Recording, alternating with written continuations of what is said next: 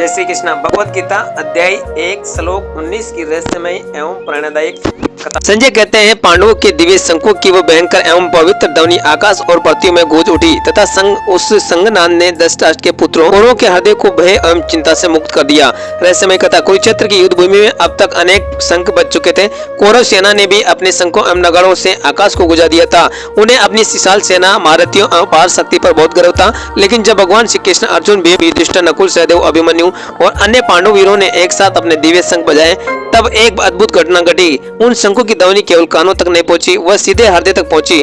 उस दिव्य शंख नाद में सत्य था, धर्म था, भगवान का आशीर्वाद था और अन्याय के अंत की घोषणा थी। जैसे ही वो ध्वनि चारों दिशाओं में फैली, पूरा आकाश गूंज उठा, धरती कांपने लगी, पक्षी उड़ने लगे, हाथी बेचैन हो गए और घोड़े हिनहाने लगे। दुर्योधन और उसके भाइयों के चेहरे पर पहले एक बार चिंता दिखाई दी। उन्हें समझ आने लगा कि सामने केवल एक सेना नहीं बल्कि धर्म, सत्य और शिव भगवान श्री कृष्ण का आशीर्वाद खड़ा है। उनके मन में एक प्रश्न उठने लगा, क्या हम सचमुच इस युद्ध को जीत पाएंगे? यही भय उनके हृदय को भीतर से तोड़ने लगा। इस श्लोक का सबसे बड़ा रहस्य, यह श्लोक हमें बताता है कि सच्ची शक्ति शोर में नहीं बल्कि सत्य में होती है। कौरव के पास भक्ति अधिक, सैनिक थे, हथियार अधिक थे, अधिक महारथी थे, लेकिन पांडवों के पास धर्म और भगवान श्री कृष्ण थे। इसलिए उनके संगनाद ने कौरवों के हृदय को हिला दिया।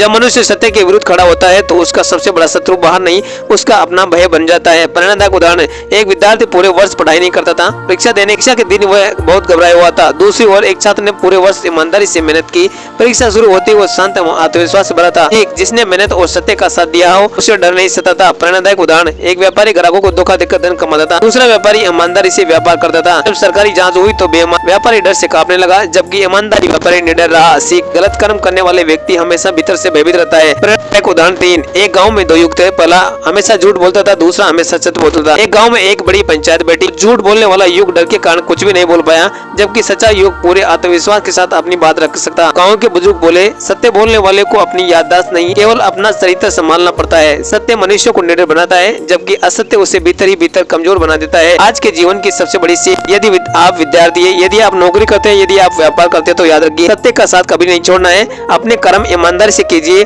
भगवान पर विश्वास रखिए, कठिन परिस्थितियों में घबराइए नहीं। धर्म और सच्चाई अंत में हमेशा विजय दिलाती है।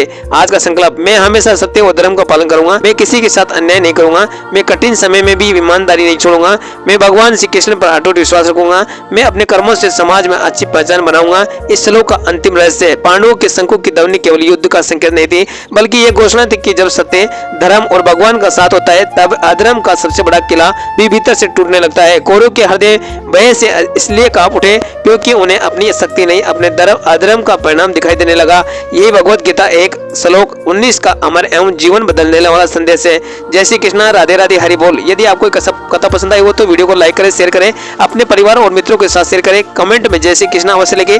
यदि आप हमारे चैनल पर नए हो तो फॉलो और सब्सक्राइब जरूर करें, ताकि ऐसी ही दिव्य गीता कथाएं एवं श्री कृष्ण वाणी सबसे पहले आपको मिलती रहे। जय श्री कृष्ण।